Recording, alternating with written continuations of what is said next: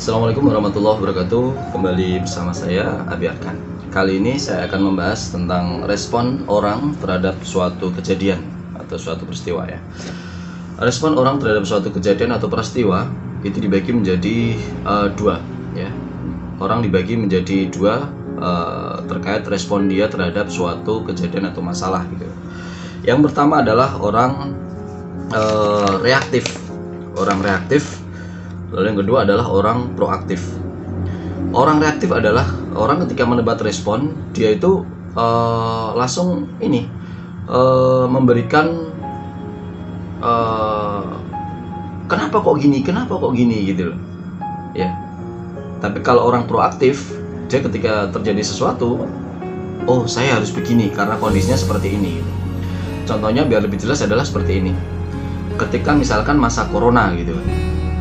Corona. Orang reaktif itu ketika ini corona, pemerintah menyarankan untuk PPKM, untuk ini stay di rumah gitu. Orang reaktif itu reaksinya akan ini pasti konspirasi. Ini kegagalannya pemerintah nih. Makanya kita ini nih. Jadi reaktif dia. Atas ada ini terus reaktifnya seperti itu. Tapi kalau orang proaktif gitu kan, orang proaktif sekarang masa corona gini harus PPKM gitu. Orang proaktif, kalau seperti itu, entah ini benar atau enggak, berarti saya harus seperti ini. Saya harus seperti ini. Atau lebih detailnya gini, misalkan harga-harga naik, mau lebaran tuh naik gitu kan. Mau lebaran naik, orang reaktif, dia akan mengambil reaksinya akan pemerintah nggak becus nih ngatur harga. Harusnya kan harga bisa dikontrol oleh pemerintah gitu. Tapi kenapa nggak bisa ngontrol harga gitu? Tapi orang proaktif, mau puasa, mau lebaran harga naik, berarti saya harus menambah penghasilan atau mengurangi pengeluaran yang bisa saya kurangi gitu. Jadi orang proaktif itu langsung memberikan respon terbaik, tapi kalau orang reaktif itu lebih ke menyalahkan dulu gitu. Ya, semua pasti.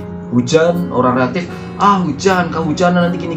Orang proaktif, ya berdoa, ya kita mungkin harus istirahat.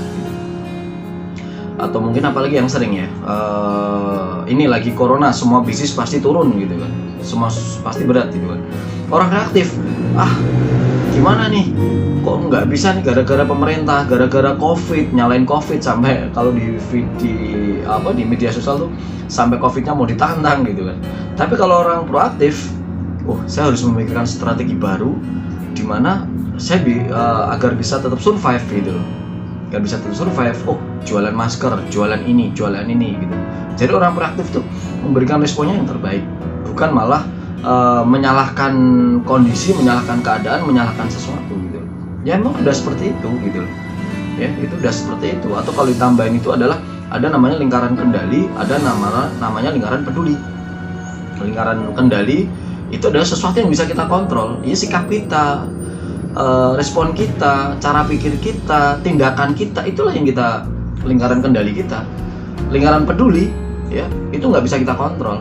Misalkan harga naik, kita nggak bisa kontrol, ya kecuali kita jadi presiden, mungkin bisa gerbek pasar atau apapun. Tapi kita siapa? RT aja bukan gitu, ya. Jadi tidak bisa mengendalikan. Ya itu hanya lingkaran peduli. Lah parahnya gitu kan, orang-orang tuh menjadi stres, menjadi itu gara-gara di lingkaran terlalu memikirkan di lingkaran peduli. Ya, di lingkaran peduli. Harusnya kita tuh yaudah kalau lingkaran peduli pokoknya kita udah memberikan respon terbaik, masalah hasilnya kita pasrahkan. Kan kalau di agama kita diajarkan kan bahwa usaha semaksimal mungkin nanti hasilnya kita pasrahkan kepada Allah Ta'ala. Muhammad Al-Fatih pun bilang udah mempersiapkan pertempuran yang luar biasa. Dia bilang pada pasukannya, andai kan nanti kita menang bukan karena senjata kita, bukan strategi kita, tapi karena kehendak Allah Subhanahu wa taala. Jadi tuh dia tahu lingkaran peduli walaupun dengan sudah usaha semaksimal mungkin dengan strategi terbaik, tapi dia tidak mau mengklaim gitu. Karena memang hasil pertandingan ya itu adalah lingkaran peduli, bukan lingkaran kendali. Lingkaran kendali apa yang bisa kita lakukan? Pedangnya dipertajam. Kalau di bisnis ya pokoknya strateginya dipercantik. Entah nanti omsetnya naik berapa kali lipat, itu udah lingkaran peduli. Kita pasrahkan kepada Allah. Yang pasti adalah lingkaran pengaruhnya, lingkaran kendalinya itu kita perbesar. Ini ada salah satu filsafat namanya Stoicism gitu kan. Stoicism mengatakan perbesar lingkaran pedulimu, lingkaran kendalimu, maka akan kamu memperbesar lingkaran pengaruh atau lingkaran yang tidak terkendali tadi. Jadi apa yang bisa kita berbuat dulu? Insya Allah nanti dampaknya akan lebih luar biasa gitu. Mungkin kita tidak bisa kontrol harga, tapi kita percantik diri kita perbesar jiwa kita. Suatu saat kita nanti jadi punya peran atau apa, dan kita bisa mengontrol. Akhirnya lingkaran kontrol kita jadi semakin luas. Gitu, jadilah orang yang proaktif, jangan reaktif. Jadilah orang yang lebih ke ini, mensikapi suatu keadaan dengan sikap yang positif, dengan sikap terbaik kita. Itu kawan-kawan, mudah-mudahan bermanfaat.